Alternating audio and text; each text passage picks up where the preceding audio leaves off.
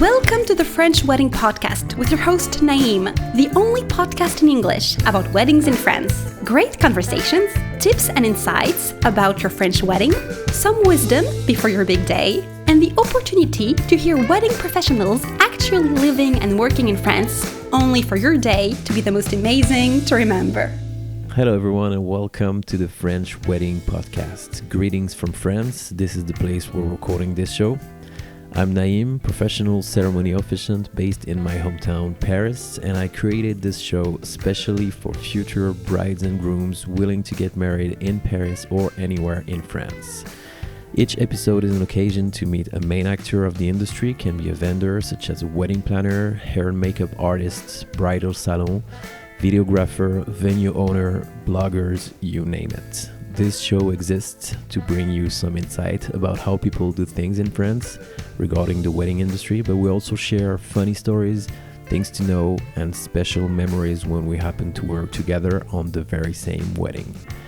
Shivani had started her own wedding planning company, and it didn't take long before she noticed most couples inquired and quickly turned the idea down after seeing the price tag. They desperately needed guidance, but the cost just wasn't in the budget. So Shivani presented the idea for Salud as a class project, and Annie, her partner, happened to be sitting in the audience. Here's more about Salud with Shivani today on the show. Shivani, welcome to the show. Hi, excited to be here. Thank you so much for making time remotely. Once again, the power of the internet. I'm in Paris, you're in Michigan today. Yes, yep, in the Midwest. Very good. Thank you so much again for making time with me, Shivani, today. We're going to talk about your business. I was just talking about it with you earlier. You're the first wedding planning business who actually offers subscription. This is the first thing I wanted to ask like that. We're going straight to the point. You can introduce yourself, say who you are. Yeah. that would be my main topic to clear things in the mind of the audience, maybe. So go ahead, Shivani. Welcome to the show. Of course. Thank you for having me. So my name is Shivani Kotari. My co-founder, Annie Gehring, and I, a couple years ago, we decided to kind of do something different in the wedding space. So we realized that there are a lot of couples who would love to have a wedding planner, but the reality of it is not everyone can always afford to hire a wedding planner. So we put this idea out there and thought, what if we could create having access to a wedding planner as a subscription service where you can kind of pick and choose how many months you can work with a wedding planner for things like budgeting advice, vendor recommendations, design plans, really anything you can think of. So we're definitely new in the space, but it's been really exciting to work with a lot of couples, as I'm sure you know as well. This year is a busy year for weddings now. That's very good. I noticed on your website that besides being a very special business, you also decided to establish in 2019, which was probably the best moment in the history of mankind to launch a business. Just like me. Yes. Yep, I know. Yeah, it was kind of a crazy time. We were really excited. We had just kind of held our first pilot at the time. And then by the time February rolled around, we were starting to hear about the pandemic. And so last year, kind of slowed us down a little bit, but I think for good reason too. We were able to look at our business, see what direction we wanted to go in. So we actually learned a lot last year, and it put us into a great position this year.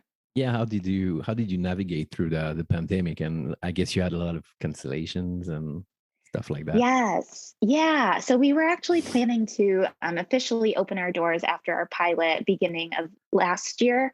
That didn't end up happening. But what was cool about that was in 2019, we held a pilot and we actually got a lot of feedback from our first group of customers. So we were to be able to take all of that feedback and spend basically all of last year creating what we now call our planning portal, which is really just like almost like a Google Drive. It's a collaborative space where our planners and our couples can work together and keep all of their documents in one place. So I don't know if we would have gotten there as fast as we did had we not slowed down last year.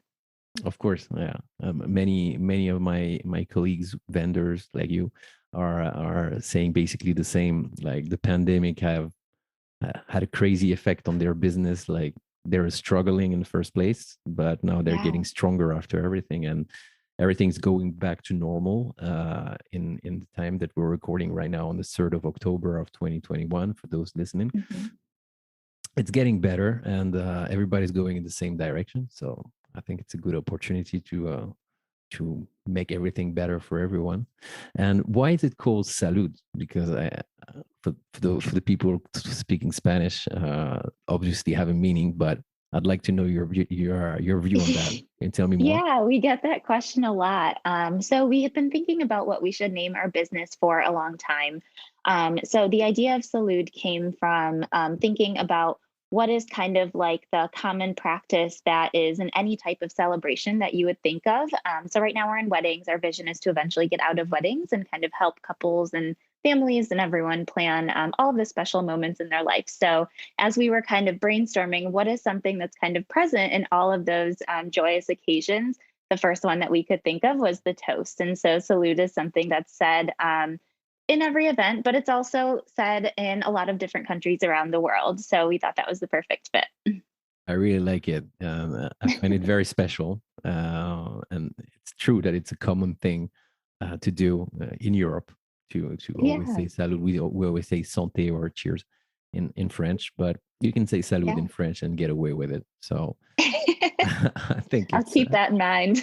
yeah, and it's very fresh. The logo is super bubbly, and you get the concept very quickly. You always guess that it's for a good reason that you say "salut." So very good, Yeah, very good name. appreciate it. Thank you. Wanted to know about your co-founder Annie, because she's not here with us today, but obviously you guys are two on board. And how did you manage to get this very special one-to-one service, which is wedding planning, to move it to a scale, kind of a scale ID, which is a monthly subscription, and you're working with partners, planners. Tell me a bit more Mhm. about the architecture of the insides. Sure. Yeah. So Annie and I, we kind of manage the day to day behind the scenes. So when you think about it from a business perspective, things like the marketing side, the sales side, kind of Annie does an awesome job of handling all of the tech side. I always say she's the reason that she makes everything work. And so, Right. yeah, so we kind of handle Salud kind of at the higher level. But then we have all our planners. So we're constantly working on adding more planners in different cities all around the world. So with that, we have our planners who really work as independent contractors, but they're able to work with couples all over the place. So Hey. kind of where the, I guess, one-to-one and the scale comes in is that our planners are not usually attending meetings with their couples in person, but they are there available via email 24/7 or just on video chat to be able to tell them things like, hey, I think this is a good estimate for how much you should spend on florals, or sometimes our couples Okay. will actually like FaceTime their planners while they're at their venue and talk through like design plans and things like that. That's it's quite a struggle to organize a wedding, as you probably know better than me. Yeah. And it's very important to go through the I mean, to get the right people on board with you. Yeah. How do you make sure that the people are fitting your standards? Yeah, that's a great question. So, a lot of that comes from part of our interview and onboarding process. Something that Annie and I feel really strongly about is that anything that we do, we want to make sure that it kind of lines up with our core values. And so, these are things that we want to build into every part of our business, including the people that we bring on. So, when we're talking to our planners, asking them certain questions, all of the questions are rooted in things like our values, like, can you tell us about how you are showing empathy towards your clients or when you're solving a problem? Or are you interested in learning how to make things better than when you first found them? Okay. And how many planners or vendors are you working with so far from now? Yeah, so we don't contract with anyone except wedding planners. And so we Okay. have two wedding planners currently. And probably by the time this show airs, we'll have two more. So we'll have a Great. total of four planners. And then we've been working with couples as of right now, kind of all over the place, as there have been a lot more people doing smaller, like micro elopements or destination weddings lately. I see. Yeah, micro elopements are booming, especially in France. I Yeah. don't know in the US currently, but in France, in Europe, Italy as well. a lot of moving with this little niche of the industry, and I think it's great. People are Yeah. they're willing to elope a lot more, and people most of the time sometimes people don't have that much time or budget or planning Right. to go and start what they want. And how would you describe the style of Salud? Like if you had to explain it to a client or a wedding planner, well, what would you say?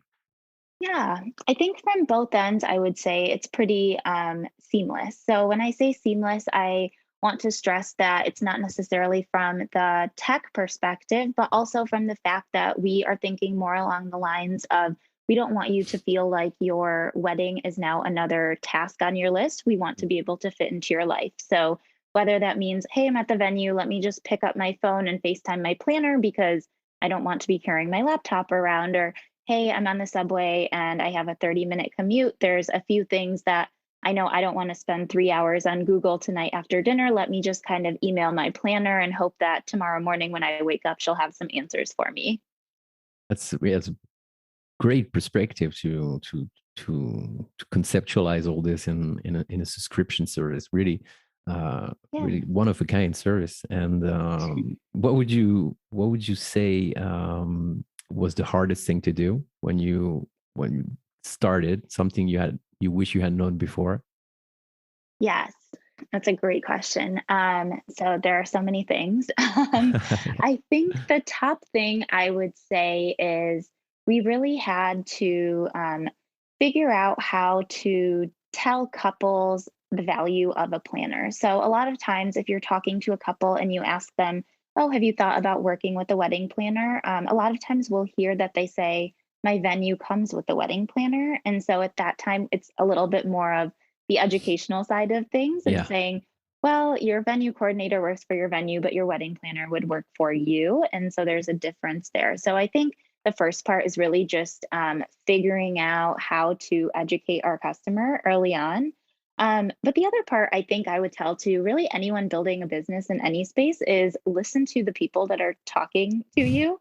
And a lot of times I say that, but it's funny because once you start working on a business, you start to put some blinders up and you might not realize that there are things that you know because you live and breathe it every day, but maybe your couples don't know, or maybe Yeah. they're telling you things that you need to build. So for example, when we did our pilot, we never had our Salud planning portal. But through that pilot, we realized that there was this need that people were telling us that they would have like 15 pages all over their desk of little notes and they needed a place to have it all organized, or the fact that Okay. they needed their planner to be able to review their contracts before they signed it because they weren't well versed in reading legal rules. So you also propose that through the portal, you said. Yeah, we do. So in within the It's portal, we do interesting. have an option based on whichever subscription tier they choose. They do have the option to upload copies of their contracts that they get from their vendors and have their wedding Okay. planner review them before they sign. And so All right. sometimes our wedding planner will be like, "Yep, good to go. Go ahead and sign." But sometimes our planners will come back and be like, these are three standard terms that should be included in your venue, or these are three things I think you can negotiate by doing this, this, and this. So Yeah. it's been really cool to see those interactions. Sounds like a real life experience from you. Yeah, yeah, definitely. So you already planned how many weddings before starting Salute? So I did wedding planning for about 3-ish years, but I only did maybe like 3 to 5 a year because I was in school and I was also working full time. So it was more of Okay. a side hobby passion thing. Which led to this beautiful idea. So Yeah. that's quite successful. That's very good. And you operate only in the US or worldwide? So we do go worldwide, but currently the planners that we have right now, since we're fairly new, are in the Mhm. US. But the goal is definitely to go worldwide. And we have been starting to see consultations come in from couples who are not in the US. So it's been really fun to chat with them. Very good. So yeah, the main goal would be to become a subscription as a service platform to Yeah, yeah absolutely. in the end. All right, that's very good. It's very good. And so something you wish you had known when you started was that it would be, of course, harder than you think. Always. It's always, even when you start uh, like a remote business, can be harder to plan all the details on the ground. And do you have good reviews so far? So people We are happy do, with it. yeah. Yeah, they've been really happy. And so I think one assumption in the beginning, we thought that our couples would only want to work with planners in the cities that they're getting married in. But Mhm. surprisingly enough, almost, I think close to 100% of all of our couples, their planners do not live in the cities that they are getting married in. Wow, So that's that has been amazing to see that we are still consistently getting rated 5 out of 5. They're giving really great reviews to their planners. And they're telling us, I think most importantly, they're telling us things like, I had a great experience, not because of the portal necessarily, but they're having a great experience because they're telling us my planner was really respectful of my budget, which I didn't expect. Or oh, my planner gave me some ideas that made me realize that I didn't need to do all the things that I thought I had to do. because that was the, if I'm not wrong, that was the pain point that you solved, the main problem that you solved, right? The budget was always uh, too high. Yeah, the budget was actually the price tag, I guess, associated with hiring a full service wedding planner has always been high. Where I live in the Midwest, hiring a full service wedding planner ranges $4,000 to $10,000, and so as you go towards the water into the bigger cities, that price can double and triple. And so some Of of the course. couples that we are working with, they are coming in with total budgets that are under $10,000, and so we really needed to find a way to make be working with a wedding planner be a little bit more accessible and affordable. Right.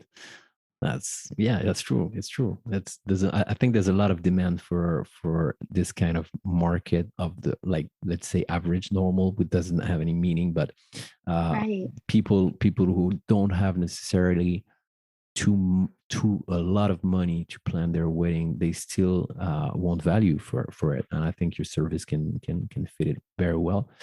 And Exactly. what is the objective for 2022 or 2023? Yeah.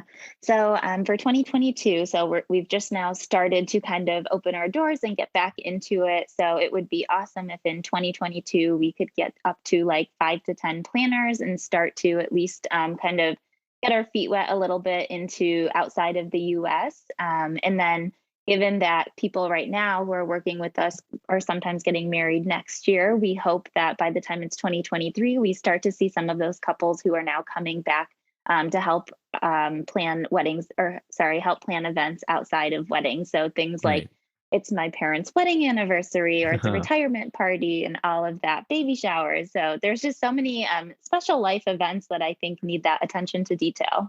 Yeah, that's, the list is like endless. You can, if Yeah. things are going back to normal, like you're gonna crush it. So it's very good, very good. Very happy to have you here and introduce Salud to our audience.